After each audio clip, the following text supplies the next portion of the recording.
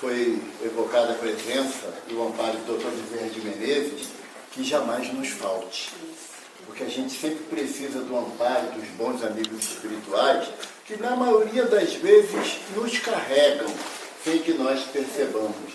Ainda estamos naquela fase daquela poesia de pegadas na areia, aonde achamos no nosso egoísmo, no nosso orgulho, que somos nossos passos que estão marcados na areia, quando na realidade a gente sabe que se não fosse a mão amorosa de Jesus, o amparo de Maria de Nazaré e esses mentores espirituais que sempre nos insuflam ao bem, certamente a areia não teria pegada nenhuma, porque teriam marcas de rastejamento, que é o que nós estaríamos fazendo. O nosso objetivo hoje é dar continuidade ao estudo do Evangelho, e eu costumo dizer que o Evangelho, ele é tal qual, sabe, Marquinhos, aquele oásis num deserto abrasador. E ao longe você vê a copa de algumas palmeiras e pressente que ali tem água. E quando você chega, é o Evangelho segundo o Espiritismo que está aberto para nos dessedentar. Porque a cada dia que você lê, e eu até faço uma brincadeira, que eu acho que o meu livro, o meu Evangelho, que eu tenho em casa, ele, de vez em quando os espíritos vão lá e escrevem palavras novas. Porque eu leio, mas não estava esse escrito aqui. Como é que apareceu agora? Mas na semana passada o nosso irmão Paulo falou sobre mundos de prova e expiação. E interessante que Santo Agostinho já começa falando assim, o que dizer sobre o mundo de prova e expiação que você já não sabe, que nós já não sabemos. Nós estamos num plano de prova e expiação, até pela insistência do nosso orgulho, da nossa vaidade e do nosso egoísmo. Que pela vontade de Jesus, quando ele veio nos trazer a boa nova, o Evangelho de Deus, já era para estarmos num plano de regeneração. Mas a gente ainda não se permite essa capacidade de entender o Evangelho de Jesus e continuamos amassando o barro com passos no mesmo lugar. Então é necessário que os Espíritos venham nos acordar sobre a necessidade de darmos um passo adiante, de darmos um passo em direção à nossa própria evolução. Quando ele fala no início, Santo Agostinho, de mundos regeneradores, ele nos conclama a olhar para o céu. Não precisa fazer grandes viagens mentais, grandes tiradas filosóficas, não. Olha para o céu, numa noite, sem a luz artificial, não é? Você olha para o céu e vê aqueles pontinhos luminosos, e seria um tremendo desmerecimento nosso em relação a Deus se achássemos que são apenas pontinhos brilhantes no universo que servem para alegrar os nossos olhos. Ou então, antigamente, hoje nem tanto, mas antigamente, quando olhávamos para o céu, víamos as estrelas e a lua era motivo para a gente envolver a pessoa amada naquela visão amorosa do espaço. Hoje em dia, a garotada não olha muito para o céu, não. Olha mais para o WhatsApp, lá no computador, né? E nós estamos indo no mesmo caminho, que a gente também não desgruda do bendito Zap, que nem fala um amigo meu. Mas essa visão, ao olharmos para o espaço, e hoje a ciência nos traz informações que a gente tem que considerar. Que, por exemplo, a ciência nos informa que na nossa galáxia, na Via Láctea, existem cerca de 200 bilhões de estrelas. Se nós formos nos basear pelo nosso Sol, que tem 8 planetas que giram na sua órbita, se cada estrela tiver pelo menos 8 planetas, seria um número incalculável de planetas na nossa galáxia. Mas o assombro não para por aí, porque a ciência fala que num verso conhecido, chamado que nós chamamos de universo, existem aproximadamente 100 bilhões de galáxias.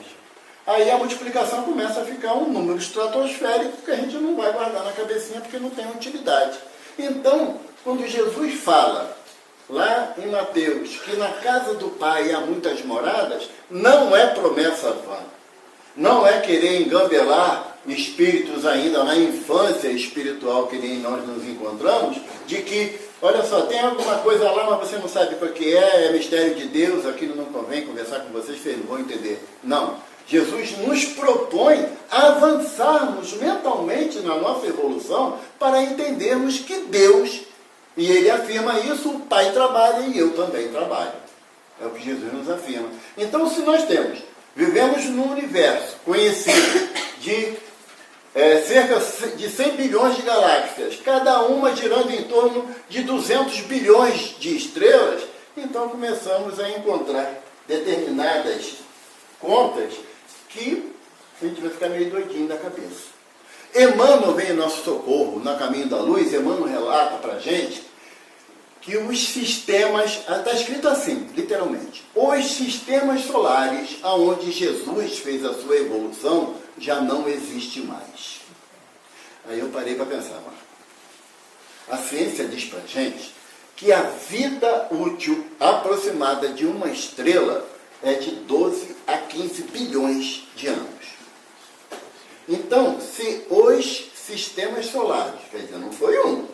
Aí, para facilitar a minha ignorância, eu coloquei que foram 3 sistemas solares que Jesus fez a sua evolução. Se foram 3, daí aproximadamente aí 30 bilhões de anos para o espírito sair da condição de homem de Neandertal, sai de Evaldo até espírito puro, anjo, que nem o nosso anjo Ismael, que norteia o destino do nosso Brasil. O espírito leva, em média, 30 bilhões de anos. Porque quando ele chega a anjo, o que acontece? Ele recebe um WhatsApp divino. Tem uma nova proposta, porque a coisa já evoluiu lá, né? A gente não acha que é só aqui, não. Lá já está mais adiantada, né? Há uma mensagem que o Chico diz que no plano espiritual, a comunicação dele com os eletrônicos é via mental, ele não precisa digitar. Para ver como a gente ainda está atrasado nessa história, né? O Chico fala que ele pensa, a mensagem aparece na tela do que a gente chama notebook. Ele dá outro nome lá que a gente não vai entender. Então, para o espírito sair de Neandertal até um espírito puro, como a Kardec fala para a gente na Revista Espírita, em 1868, ele leva em média, pode levar em média 30 bilhões de anos. Recebeu o WhatsApp que tem uma nova empreitada, que agora sai de espírito puro para espírito crístico. Que aí é a coisa mais fácil, uma coisa de torno de 15 bilhões de anos, sai de espírito puro de anjo a Cristo. Então, logo podemos entender que para sair de Neandertal até Cristo, aproximadamente no nosso contar 45 bilhões de anos, dá para nós compreendermos o que é o universo? Não. Foge completamente a nossa compreensão, a nossa didática, a nossa pedagogia não consegue captar isso. Por quê? Porque nós vivemos num plano animalizado. E esse plano animalizado nos induz a uma finitude. Eu, Evaldo, já fiz um contrato por escrito com a espiritualidade superior que eu vou ficar até 92 anos. Quem passar disso é lucro. Até 92 já está registrado em cartório, está tudo certinho, né? Carimbado lá pelos mentores que norteiam a minha existência já há vários milênios. Até 92 anos, mas até 92 anos, uma hora eu vou ter que partir. Então, essa ideia de partida não é de perda. Perdi meu pai. Aí a gente pergunta, aonde? Já procurou direitinho? Não, ele morreu. Mas morreu? O espírito ainda fala assim, meu filho. Né? Meu pai morreu, a minha mãe morreu, meu filho morreu. Nós temos que mudar a nossa nomenclatura. Kardec já nos ensina isso lá desde 1857. Então, quando nós voltarmos para o plano espiritual, que não parte, você volta para o plano espiritual, nós já temos o conhecimento pleno de que não existe essa finitude que nós nos habituamos a ter. Então, quando nós chegarmos de volta ao plano espiritual, nova romagem se dará para o espírito milenar que nós somos. Porque é interessante que o espírito fala assim, tem um relógio lá, Marquinhos. Eu já ia falar, Marquinhos, minha vida, senão eu vou até 11 horas da noite. O espírita, ele sabe da lei de reencarnação, não sabe? Nós sofremos a ação da lei de reencarnação. Mas muitos de nós achamos que a lei de reencarnação só nos atinge a partir dessa existência em diante. Não, na próxima existência eu quero vir assim assado. Na próxima existência, só que nós achamos que por ser nessa existência que tomamos conhecimento físico da doutrina espírita, esquecemos, Cláudio, que somos espíritos viajores do espaço. infinito até aqui. Porque eu fiz uma conta, eu não gosto de matemática não, mas às vezes eu me meto a besta. Eu fiz uma conta que me deixou preocupado, porque no livro Revolução em Dois Mundos, do nosso mentor André Luiz, ele fala textualmente que o princípio espiritual que sai lá da condição do mineral, iniciando a trajetória no reino animal, como ser unicelular, para fazer o seu processo evolutivo até chegar à condição de espírito, princípio inteligente do universo, essa trajetória leva em média 1,5 bilhão de anos. Então, para sair de ameba até o homem de Neandertal, é 1,5 bilhão de anos. Afirmação de André Luiz, em média. Em média. Tem certos espíritos, que nem eu, que levam muito mais tempo do que isso. Mas cada caso é um caso. De 1,5 bilhão de anos que eu fiz meu processo evolutivo, do princípio espiritual até o princípio inteligente, quando aí na imagem simbólica da Gênese mosaica eu fui criado simples e ignorante, a imagem e semelhança de Deus, que é na condição de espírito, daí até os dias atuais, a ciência nos diz que nós estamos numa trajetória de 200 a 250 mil anos. A gente está mais perto de Jesus ou da ameba? Não respondo, o riso já foi suficiente. Então não dá para que nós tenhamos a compreensão do que é os planos mais elevados em relação ao nosso. Fica difícil. E Kardec, em determinado momento na Revista Espírita, ele coloca que para você querer dar um esclarecimento de um assunto que a pessoa não tem conhecimento, é como pedir a um cego de nascença que diga como é o arco-íris. É completamente impossível. Ele pode dizer até o nome das cores, mas ele não terá como simbolizar isso para a nossa compreensão. Aí, Santo Agostinho, para nos ajudar, que ele já falou do plano de prova e expiação, ele vai falar dos mundos regeneradores. Aí entra outra questão. Mundos regeneradores. Nos mundos regeneradores seria, segundo Santo Agostinho nos afirma, o lugar do refrigério, da calma, não da vitória, da calma. E ele ainda faz uma comparação muito bonita, ele diz que é aquele doente que já entra num processo de recuperação. Processo de recuperação, não é de cura. Ele está num processo de recuperação gradativo. Por quê? Porque no plano de regeneração não tem, dentro da doutrina, dentro do Evangelho de Jesus, não tem passe de mágica. Por isso que a doutrina nos afirma categoricamente a inexistência do milagre. Tudo são conquistas individuais e de grupos em busca da nossa evolução. E num plano de regeneração não pode ser diferente. Se nós passamos pelo plano primitivo, onde abriga espíritos ainda no processo inicial da sua trajetória de princípio inteligente, e depois passamos para um plano de prova e expiação, mas é rápido assim? Primitivo para prova e expiação? É, Cláudio? A lógica nos diz que não. Não é? Não diz. Por quê? Porque, vamos voltar lá para Emmanuel, eu sempre digo que a gente tem que buscar apoio daqueles que nos dão consistência na orientação. Na doutrina, não tem o teorema de Chutágoras. Eu acho que é isso. Não tem. Tudo que você for falar na doutrina, você tem que ter a base de alguma obra básica, alguma obra fundamental, tanto do codificador como as obras complementares da codificação. E nós, como ainda não temos dificuldade de compreender determinados espíritos com uma capacidade intelectual muito grande, e Emmanuel, ele mastiga as coisas e nos dá, para a gente ter ainda dificuldade de digerir aquela papinha que ele nos dá, mas Emmanuel fala o que para a gente? Que no plano de regeneração, no plano de prova e expiação, não há uma graduação de que você chegou aqui no plano de prova e expiação, o próximo plano é a regeneração. Não. Essa graduação chega ao infinito. Nós podemos estar num plano de prova e expiação e durante um período de 10, 15, 30, 20 mil anos nesse plano de prova e expiação. Por quê? Porque ninguém evolui sozinho. Mas a evolução é pessoal. Enquanto eu não entender que para que eu possa dar um passo adiante na minha evolução, eu tenho que ajudar o Marco a vir comigo, que por sua vez ajuda ele, ajuda ela, e um ajudando o outro. É por isso que Jesus nos dá a orientação de sermos amigos e irmãos. Porque o amigo e o irmão se preocupam com a trajetória do outro que está ao nosso lado. Então, num plano de regeneração, no plano de prova e expiação, nós temos aquela vaga ideia de que é uma coisa rápida. Emmanuel, eu gosto de citar Emmanuel porque a obra Caminho da Luz, quem ainda não leu, eu aconselho ler, e quem leu, eu aconselho estudar, é um tratado do processo evolutivo dos princípios espiritual até a condição angelical.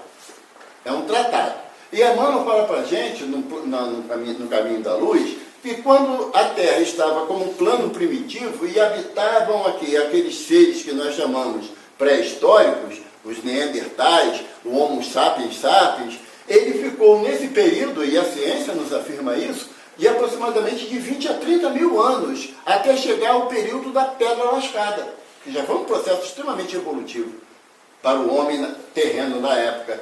E quando é que termina esse momento do plano de prova e expiação? Com a chegada dos exilados de... Mentira. Emmanuel não diz que é capela, ele só diz que somos exilados. Quem diz que é capela é Edgar Armond, na obra que ele fala na introdução, que é uma ficção. Então a gente não pode usá-la como base. Temos que usar o que Emmanuel fala para a gente. E Emmanuel fala que sofremos um processo de exílio tantas quantas vezes forem necessárias. Mas ele não determina de qual local, até por caridade. Certo? O Edgar Armond, nessa obra dele de ficção, e ele diz, na introdução do livro, eu gosto da honestidade dele por causa disso, ele diz que, primeiro, é uma obra de ficção, e ele se baseou em muitas anotações do Caminho da Luz, para poder fazer esse livro. E tradições hindus, lá do Oriente. Agora, por isso que eu falei que não é, a afirmação de Emmanuel não é dizendo que somos exilados de capela, porque o caso é mais grave, é mais grave. Porque, se para fazermos a nossa trajetória do ser unicelular até a condição de homem, de Neandertal, levamos 1,5 bilhão de anos, e de homem de Neandertal até o homem atual, 250 mil anos, não dá para fazer essa revolução tecnológica toda em 250 mil anos. Não dá. De onde se deduz que nós viemos exilados de outros ambientes espirituais. E iremos participar, caso não nos comprometamos com o Evangelho de Jesus, de novos exílios. É inevitável. Porque numa das bem-aventuranças, Jesus fala que é bem-aventurados os mansos, pois herdarão a terra. Já me fiz essa pergunta. E eu acho que eu não vou herdar a terra. Porque não sou manso. Não dá. No trânsito, então, né, Dani? Impossível ser manso.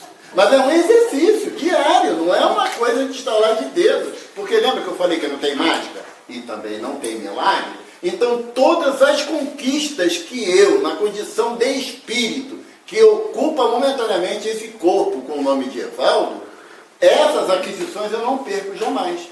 A probabilidade de que eu continue aqui ou não só depende de mim, de mais ninguém. No meu processo evolutivo, eu sou o detentor dessa autonomia. E é por isso que eu estou aqui no plano Terra, porque eu fiz uma conta.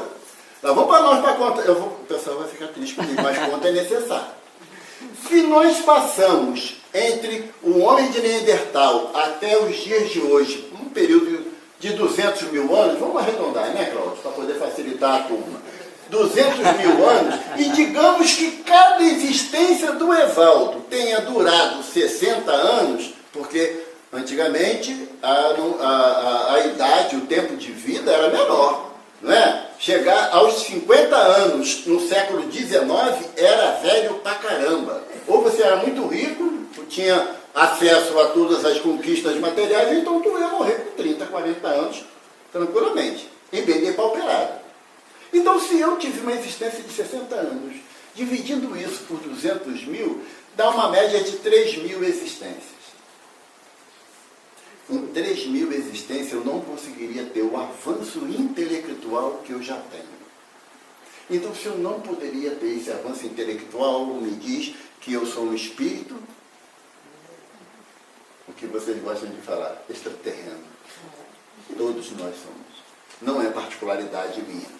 Por quê? Porque Kardec fala, os espíritos falam a Kardec, que ainda existem espíritos, isso no século XIX, ainda na sua infância espiritual, progredindo lentamente. Não daria do século XIX para o XXI para chegar um espírito que já sabe se articular como nós conhecemos, como nós já conseguimos fazer. Então, o plano de regeneração, ele nos leva a ter uma consciência, primeiro, da minha necessidade de mudança, de eu me adequar dentro do meu conhecimento profissional, social, familiar e religioso.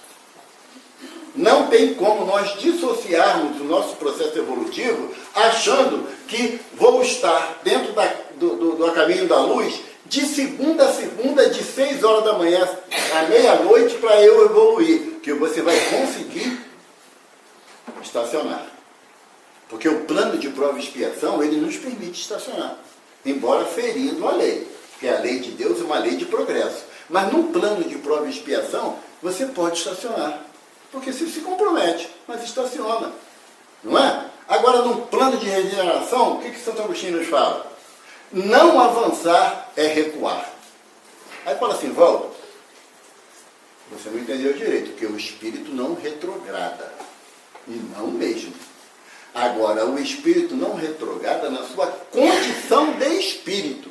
Se eu não avançar no plano de regeneração, eu recuarei no meu propósito de evolução, de consciência, acerca daquilo que o Evangelho me traz, acerca daquilo que a própria sociedade me induz a ser melhor a cada dia. Porque quando você abre a internet, vocês acham que nós somos mais bons ou mais maus? A dúvida é tanta que só uma responde. Mas eu vou ajudar. Eu vou ajudar. Eu quero que vocês pensem em 5 pessoas, não precisa falar não, porque de repente uma sou eu, vou ficar chato. Em 5 pessoas que vocês odeiam. 5. Pensaram? Não precisa dizer. Um coração bom, ali, não tem ninguém. Eu ainda vou chegar a esse estágio. Agora pense em 20 pessoas que vocês amem. 20 é pouco, não é? Então nós somos bons ou maus. A nossa tendência já é para o bem. Mas só que a nossa evolução não é feita de tendência. É feita de ação.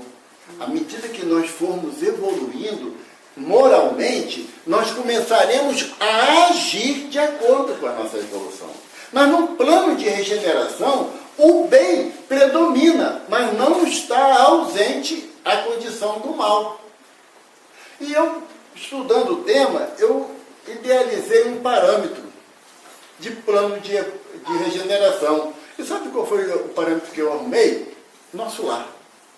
Por que nosso lar? Porque é uma colônia espiritual que está acima da região umbralina, né? Como o Chico nos fala, como André Luiz afirma, a doutora Marlene numa obra chamada O Eterno Recomeço, ela detalha o livro Nosso Lar para o nosso entendimento melhor. Por que Nosso Lar? Porque Lísias fala para o André Luiz, quando ele ainda está na condição de enfermo, de acolhido em Nosso Lar, e ele vai para ouvir a primeira vez a prece do governador, às 18 horas, aí ele começa a ver que as pessoas têm um padrão de comportamento muito linear, muito similar. E ele questiona a Lísias se essas pessoas, aqueles espíritos que habitam em nosso lar, que eu acredito que nosso lar vai estar com problema daqui a pouco, sabe, Marco? Porque todo espírito que eu conheço que é desencarnar vai para o nosso lar. E vai dar ruim. Lotação. Vai dar ruim, porque André Luiz fala para Lísias, fala para a gente que em 1940, quando foi editado o livro, 41, né? Foi editado o livro, a população de nosso lar era de 1 milhão de espíritos. Hoje, tem espírito botando pelo ladrão. Não vai dar. Mas, enfim. Aí, Lísias fala o quê para André? Que há um consenso entre todos os moradores de nosso lar de pensar no bem. Todos. Quando está o Evaldo e Marquinho conversando em nosso lar, sonho isso. Calma. E o Evaldo começa a pensar em coisas ruins ou tristes, o que seria o normal da gente? Já está pensando besteira. Não consegue manter o equilíbrio da vibração dele. Só o Evaldo não tem jeito. Aí, ao invés de apontar o defeito do Evaldo, o que os habitantes do nosso lar fazem? Me abraçam e entram em oração junto comigo, para que eu reequilibre as minhas vibrações. Então, um plano de regeneração tem essa finalidade, nos equilibrar nas nossas emoções, para que possamos, pensando no bem, iniciar o processo de ação no bem. Porque hoje nós precisamos de algumas atitudes que induzam os outros que estamos pensando no bem. O bazar é um. Porque seria necessário eu ser convocado a fazer uma vistoria no meu armário para doar aquilo que não tem mais utilidade para mim? Não seria uma coisa natural? Não é? Eu entendo que as mulheres, elas têm uns parentescos muito próximos com as centopeias. É uma infinidade de par de sapato. Eu entendo, não tem problema. Né? Mas vai usar tudo ao mesmo tempo? Não. Os homens, os rapazes, adoram o atletismo só pelo tênis, não pelo exercício. Então quer ter 2, 3, 4 pares de tênis. Não é? Então nós temos que ser induzidos ainda à prática do bem, porque ainda não faz parte do nosso íntimo, do nosso coração, a preocupação com o semelhante. Então nos reunimos numa casa espírita ou em qualquer agremiação religiosa e nos conclamamos a fazer a grande caridade, que é dar aquilo que não me serve mais para a doação. E, no entanto, Jesus nos fala do óbolo da viúva, lembra dessa parábola? Né? O óbolo da viúva, que ela alcançou assim o despertar da atenção de Jesus, porque ela deu aquilo que lhe era necessário, e não aquilo que lhe sobrava. Temos também a parábola também do rico e de Lázaro. Então, nós temos vários exemplos dentro do Evangelho nos induzindo à prática do bem para que nós sonhamos num plano de prova e expiação para um plano de regeneração. Não é nenhuma proposta absurda, porque Jesus veio nos trazer, e sabe qual foi o grande diferencial de Jesus em relação aos 18 profetas que o antecedeu em Jerusalém? O grande diferencial, Jonas, um dos profetas que é levado a Nínive, vocês conhecem essa história? Que Jonas, na Bíblia está que ele foi engolido por um peixe grande, né? E falaram que era baleia. Mas ele nem foi engolido, nem foi peixe grande, nem foi baleia. Aquilo era uma simbologia de mostrar que quando a gente está tão envolto no nosso orgulho e no nosso egoísmo, não vemos nada ao nosso redor. E Jonas foi levado lá para Nínive, chegou lá, ele foi falar com o rei daquela cidade, que o fogo ia cair, ele chegou em cima de um monte, deitou-se embaixo de um sicômoro e esperou que o fogo descesse do céu. E ele acordou com um calor abrasador. Ele falou, caraca, já começou a cair fogo, era todo mundo torradinho. Quando ele olha, a árvore que ele estava deitado embaixo secou até a raiz. E era o sol que estava ardendo sobre ele. E ele olha para a cidade inteirinha. Ele, brincadeira, né? Tu manda eu sair de lá, eu vou para o navio, me boto num barco, eu entro na boca do peixe grande, sou vomitado aqui na areia de Nínive para dizer que vai todo mundo morrer queimado. E eu que estou torrando, o pessoal está lá, na boa, ele desce até a cidade. Quando ele chega na cidade, o que ele encontra? A narrativa bíblica diz que o rei, junto com toda a população, de joelho, pedindo clemência a Deus. A mensagem dele foi atendida. A diferença de Jesus é que ele falava e cumpria. Todas as orientações contidas no Evangelho, todas, Jesus fez questão de exemplificar para a gente. Então, o que Jesus queria dizer? Se fizeres o que eu mando, se quiseres me seguir, renega a ti mesmo, toma a tua cruz e segue-me. Foi o convite que ele fez. Se nós tivéssemos acatado esse convite, Marquinhos, nós já estávamos num plano de regeneração já há aproximadamente 2000 anos. E não ainda marchando. Desde a chegada dos exilados, lá aproximadamente 150 mil anos atrás, até hoje, como um plano de prova e expiação. Não por vontade da misericórdia divina. Mas Jesus também diz o seguinte, que ele não quer o sacrifício. Ele veio trazer a misericórdia. E nessa misericórdia ele nos propõe a nos melhorarmos. Não tem outro caminho. Não existe outra forma de alcançarmos um patamar diferenciado de evolução sem que nós façamos a nossa mudança. Tem duas palavras dentro da doutrina que muito nos incomoda. Muito. O Espírito Lázaro, ele diz que a grande virtude da nossa geração é o avanço intelectual. E o nosso maior vício, o desinteresse pessoal, o desinteresse fraternal. Nós temos uma facilidade muito grande de ver o sofrimento do nosso semelhante e falar, tadinho dele, e seguimos em frente. Como faz Jesus lembrarmos, na parábola do bom samaritano, o sacerdote e o levita. Achamos, nos condoemos, mas ainda não somos, como o samaritano, movidos de compaixão para modificar o quadro daquele que sofre, a não ser em determinados eventos, quando nós somos conclamados a participar. Mas de nossa índole mesmo, ainda não temos. Tem uma história que conta, até o Haroldo que conta numa sua palestra, ele diz que um palestrante, ele chegando na casa espírita, o dirigente disse que após aquela palestra, eles sairiam em caravana para dar a sopa aos necessitados, aos irmãos que têm uma situação de rua. E o palestrante pediu para participar da caravana.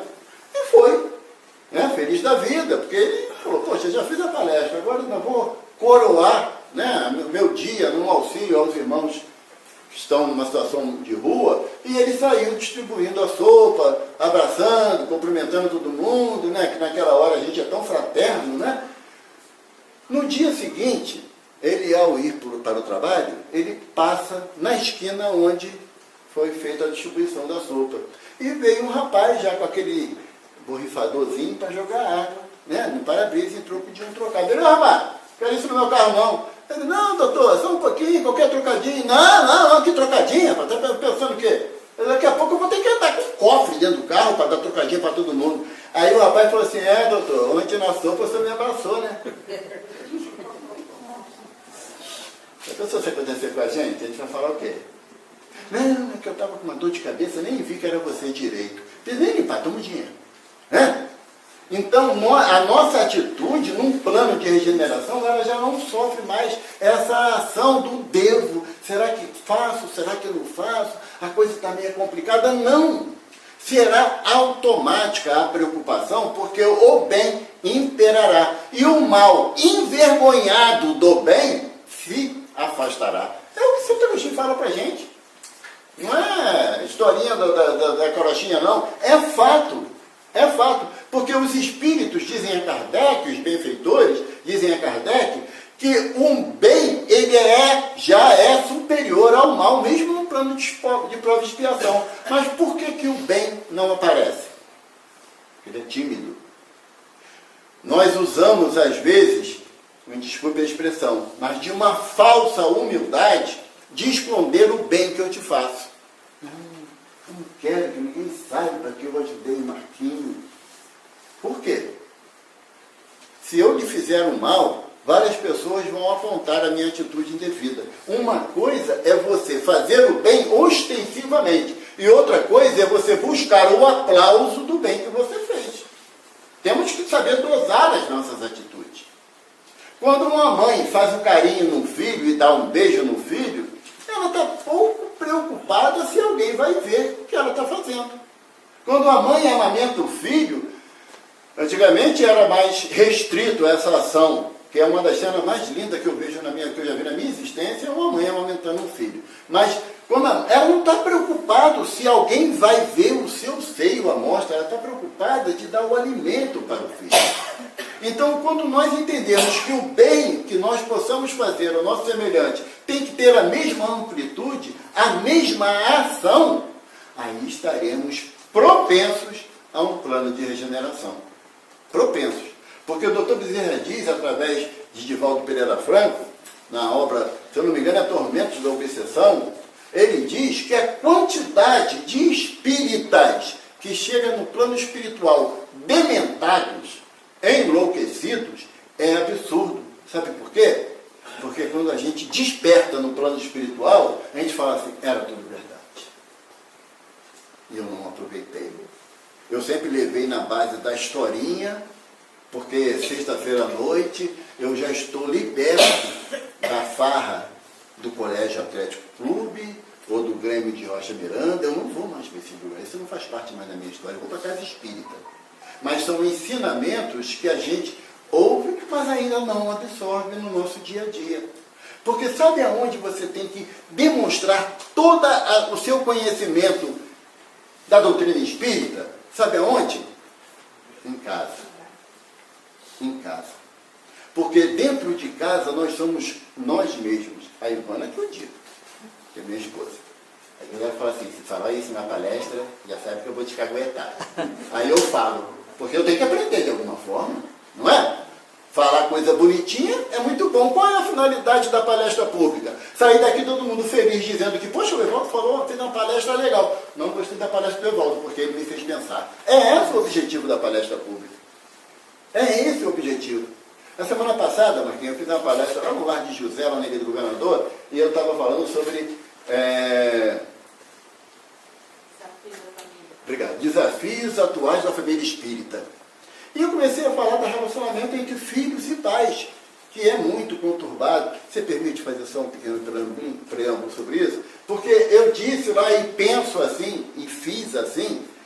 Na minha cabeça não tem essa história de que minhas filhas não queriam ir para a evangelização. Não tinha opção, vai. E minha liberdade? Quando você pagar suas contas, você tem a sua liberdade. Enquanto você não pagar, quem vive embaixo do meu teto lê da minha cartilha. É antigo e certo isso. Então eu falei, e não tem essa, filho ter... Não, qual é essa?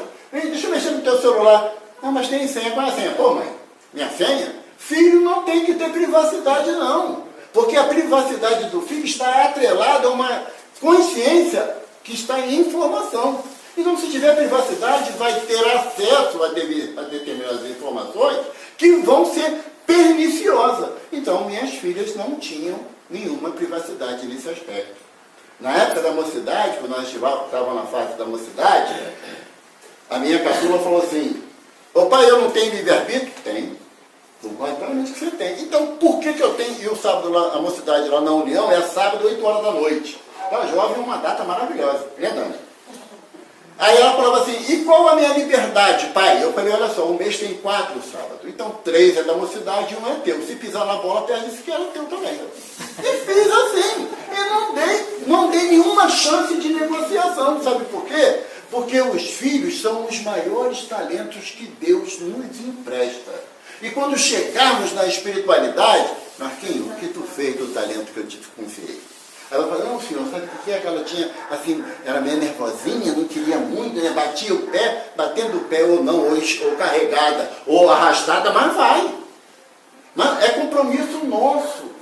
O espírita, ele não pode alegar o desconhecimento do ser imortal que nós somos. Se nós somos, eu sempre digo isso, nossos filhos, já dizia Khalil Gibran, não são nossos. E eu costumo dizer, de anjo não tem nada, a não ser aquela teoria do anjo decaído, né? Que tem antigamente. Minhas filhas são anjos decaídos, não tem nem asa para aquilo, entende? Então são responsabilidades minhas. Por quê? Porque muitas das vezes a gente pergunta assim, qual é o planeta ou o mundo que eu vou deixar para os meus filhos e para os meus netos. Não perguntamos isso? Ecologicamente falando, alguém se pergunta quais são os filhos e os netos que vão deixar para o planeta? A gente não se pergunta. Se nós queremos um plano de regeneração, eu tenho que propiciar uma regeneração na minha vida, na minha casa, com a minha família. Não é o fato de eu estar dentro de uma casa espírita, falando do Evangelho, falando das aulas kardecianas, que é garantia de que eu estarei a um passo da regeneração, porque não estarei. Não estarei. E Kardec e Santo Agostinho ainda fala o seguinte, ele diz, eu botei cola aqui, que senão a gente esquece, né?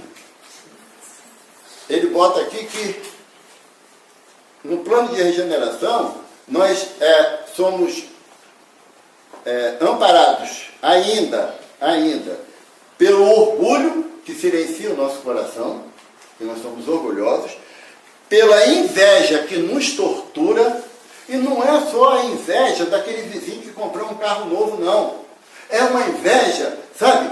Puxa vida, que mensagem bonita que fulano recebeu na psicografia, né? Eu só recebo assim, o espírito sofredor, e então meia dúzia de palavras. Isso também é inveja. Isso também é inveja. Tá? Ódio que nos sufoca. Porque quando a gente permite que a doença do ódio se instale em nossos corações, nós ficamos sufocados, mas tão sufocados a ponto de ter um câncer. Quando a gente não fala em plenitude. Então, a nossa atitude enquanto plano de regeneração é uma reforma íntima. Não pense. Hoje me perguntaram assim, está vendo? A corrupção a que ponto chegou? Eu falei, rapaz, está bravo mesmo. Tu sabe que eu ainda continuo jogando papel no chão? Eu queria ver, Valdo. Eu estou falando de corrupção. Eu falei, e como você quer ato mais corrompido do que eu não seguir uma norma instituída por uma lei humana, que é jogar o meu lixo pessoal na caçamba de lixo? Porque eu estou tirando Chico chama de médio da limpeza, né, o gari. Tirando o gari da função dele de limpar uma rua para vir catar o meu papel. Eu estou corrompendo ele. Então, para que você possa ter uma ideia de mudança a nível nacional, você tem que mudar o seu comportamento individual. O espiritamente? Deveria? Não. Pelo conhecimento que já tem, não. Mas 9 horas da manhã, de domingo, bate palma no portão, nossos irmãos da igreja protestante. O que a gente fala para as crianças? Diz que eu não estou. Aí a criança fala assim, ô mãe, eu vou para a escola, tá, vai com Deus. Aí descobre que não foi. Ela aprendeu com quem mentir? Com a gente, não foi? Então não existe mudança de plano de regeneração se não for interior. Porque os discípulos chegaram perto de Jesus e falaram assim, mestre, Jesus já tinha ensinado a rezar o Pai Nosso, não é? Aonde devorar? No templo, nas sinagogas ou nos campos? Jesus mandou orar onde? No silêncio do vosso lar. No silêncio do vosso lar. Por que Jesus falou isso? É que para você não passar vergonha de ficar rezando alto? Não. É que dentro de casa nós somos nós mesmos. Nós homens, as meninas não precisam bater palma, mas eu vou falar para eles. Nós homens ainda achamos, meu amor, que lavar uma louça eu estou ajudando a Ivana. Meu Deus, quem é que mora naquela casa? Só a Ivana eu vou visitar? Então, eu almoço o quê? Prato descartável? Joguei fora? Ou é prato de louça? Não é? Eu bebo água onde? Tem muitos de nós que bebem água, está na sala. O copo fica na sala. Aí levanta, vai na cozinha, pega uma fruta. Come a fruta, a casca fica na sala. Se a criatura divina já levantou para ir lá, por que não pode botar o copo na mão e levar também? É plano de regeneração, gente.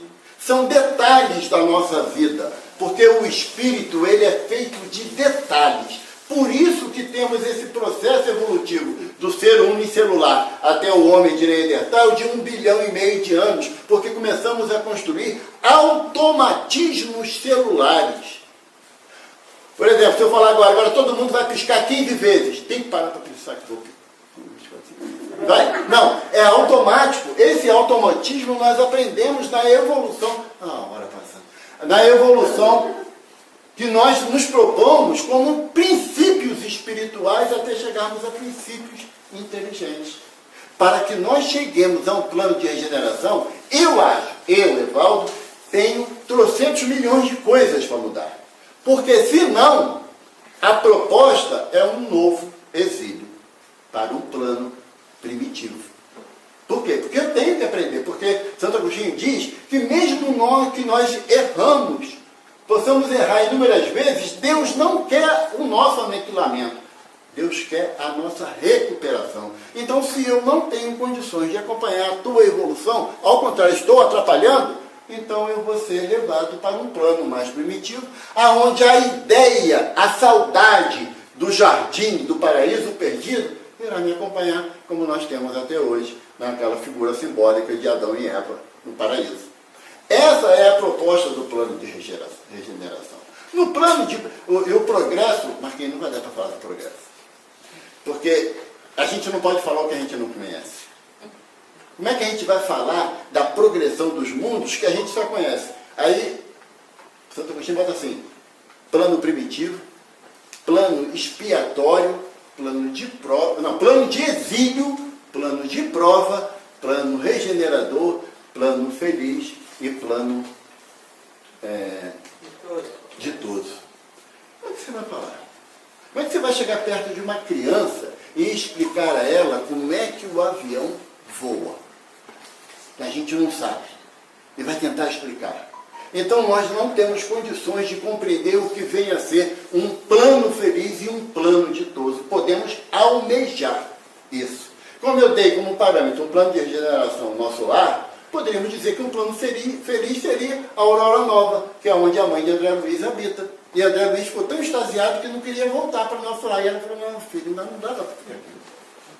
Porque se nós fôssemos agora, por um absurdo da lei de evolução, né, fôssemos recambiados para um plano de felicidade, sabe o que ia acontecer? Íamos ficar entediados. Porque não temos ainda condições de compreender o que é felicidade.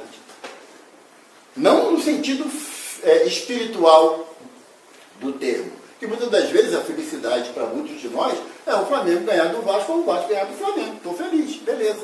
É uma felicidade efêmera, que vira euforia. Felicidade, como os espíritos nos colocam, é um estado permanente de consciência tranquila. A gente sabe que existe, mas não sabe o que é. Então, a finalidade da gente em relação ao capítulo 3 do Evangelho, primeiro, é consciência da nossa necessidade evolutiva. E perder aquele oba-oba que o espírita sabe mais do que todo mundo. É justamente esse o nosso problema. Porque temos tantas informações e aproveitamos tão poucos. Mas ainda, a misericórdia de Jesus não nos abandona jamais. Sabe por quê? Que Jesus nos apresenta, eu falei tanto de matemática, mas uma matemática que para a gente ainda é absurda. Que Jesus fala que o mal que nós fizermos é o mal e teremos que resgatar esse mal. Agora, o bem, Deus centuplica o bem que nós fizermos. Então, nem que seja por interesse matemático, vamos fazer o bem para termos centuplicado pelo amor infinito de Deus, através de Jesus, dos nossos mentores, para que a gente possa caminhar em direção a um plano de regeneração. Porque Jesus já disse, lá há 2000 anos, eis que os tempos são chegados, e a árvore que não der bons frutos, como João Evangelista fala, será cortada e lançada no fogo externo. Então essa afirmativa de que os tempos são chegados já nos acompanha há 2000 anos. E em todas as casas espíritas, as mensagens espirituais sempre vêm com uma frase constante: o tempo é agora. Que seja agora, pelo menos para a nossa reconciliação com a nossa inteligência em termos de processarmos um progresso evolutivo para cada um de nós. Gradativo, mas constante. E que Jesus nos abençoe.